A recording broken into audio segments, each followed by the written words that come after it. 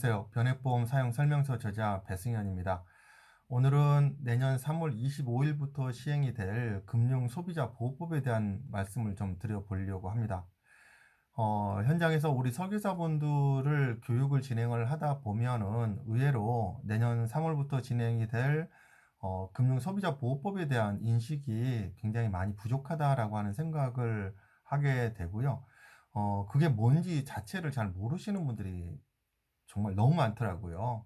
당장 내년 3월 25일부터는 여러분들이 영업을 하는 패턴과 상담하는 패턴이 이제 완전히 달라지셔야 되는데, 이제 뭐 3달 남짓밖에 남지 않았는데, 그게 뭔지도 모르는 상황이시더라고요. 특히, 제가 이번에 출간한 변액보험 사용 설명서, 변액보험과 관련된 그런 상담들은 다른 보험 상품에 비해서 조금은 더 복잡하기도 하고, 고객에게 알려드려야 될 내용들이 훨씬 더 많은데 그 부분에 대해서 인식이 많이 부족한 것 같아서 제가 금융 소비자 보호법에 대한 얘기를 한 번은 좀 해야 되겠다라는 생각이 들어서 오늘 영상을 촬영을 하고 있습니다. 금융위원회에서 내년 3월 25일부터 소위 금융소비자보호법, 줄여서 금소법이라고 하는 거를 시행을 합니다. 그래서 내년 3월 25일부터 시행될 금소법 주요 내용에 대해서 제가 간단하게 한번 짚어드리도록 하겠습니다. 우선 징벌적 과징급 제도가 도입이 됩니다. 한마디로 지켜야 될 것을 제대로 지키지 않았으니 과징금을 먹이겠다라고 하는 건데요. 이 과징금의 범위가 생각보다 정말 큽니다. 잘못하면은 조금 큰 영업을 하시는 분들은 계약 한 건 잘못하셔서 그걸로 인해 가지고 설계사 일을 그만두셔야 되는 상황도 발생할 수가 있습니다. 자, 하나하나 좀 짚어가면서 말씀을 드려볼게요. 이번에 금소법 적용 대상은 금융 상품에 대해서 직접 판매업자라고 하는 거는 보험회사를 의미를 하는 거고요. 판매 대리 중개업자 같은 경우는 이제 보험 설계사를 얘기를 하는 거죠. 그래서 보험 설계사도 이번에 금소법 대상에 다 포함이 된다라고 하는 거고요. 그리고 어떤 금융 상품이 금소법에 적용이 되느냐라고 하는 거는 1번 예금성, 2번 대출성, 3번 보장성, 4번 투자성 이렇게 네 가지로 분류가 됩니다. 그래서 3번의 보장성 보험 이제 당연히 해당이 될 거고요.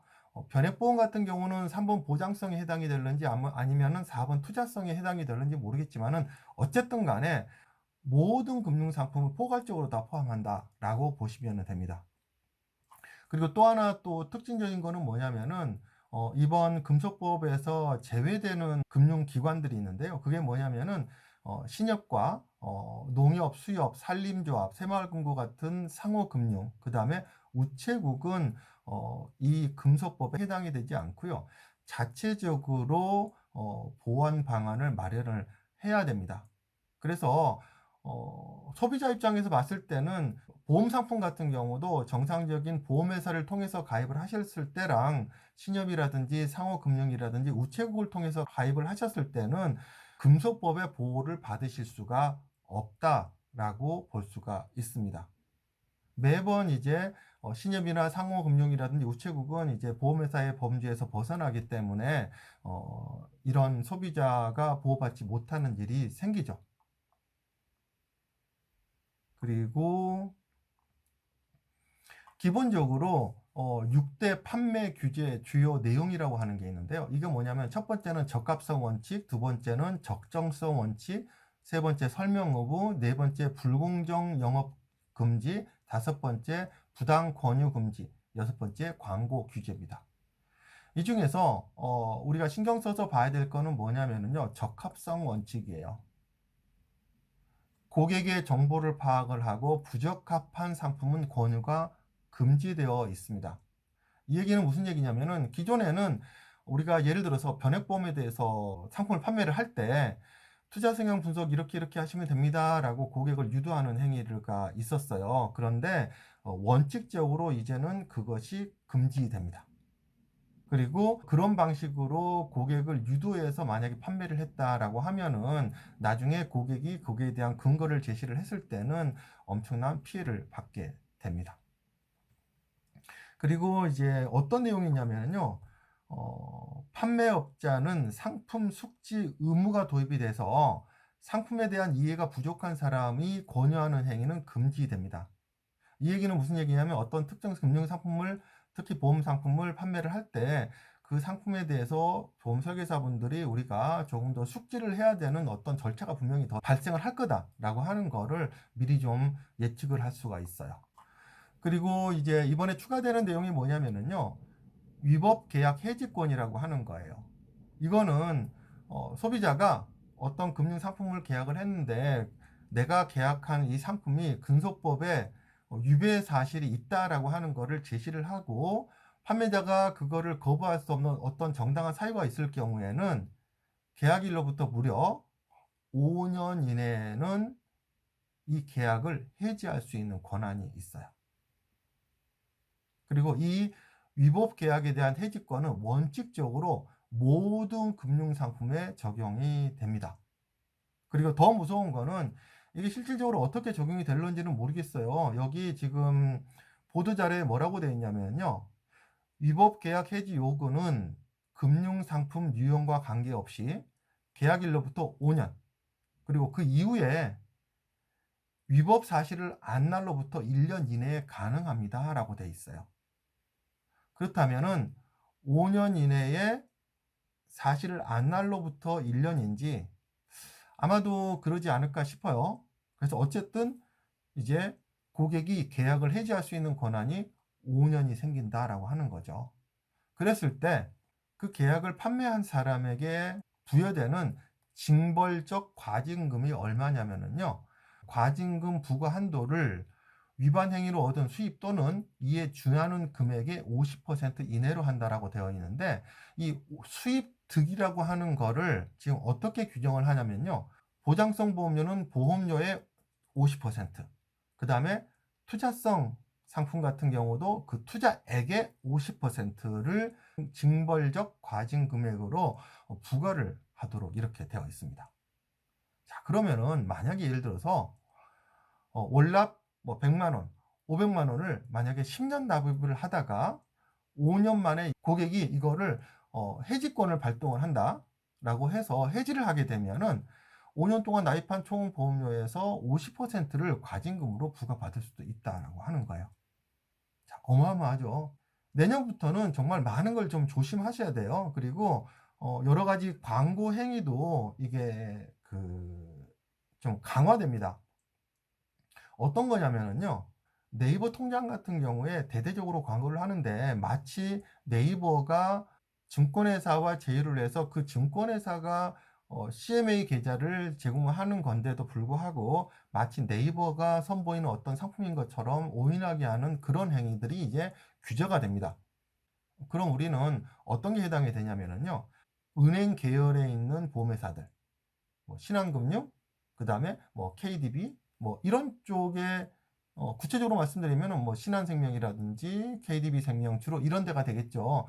주로 오프라인 상에서 이렇게 영업을 하시면서 신한금융그룹 또는 KDB금융그룹 이런 식으로 마치 은행에서 보험 판매를 하는 것처럼 은행에서 보험이 아닌 어떤 특별한 고객에게 유리한 상품을 판매하는 것처럼 이렇게 광고를 하는 행위는 이제는 더 이상 하실 수가 없게 되는 거죠.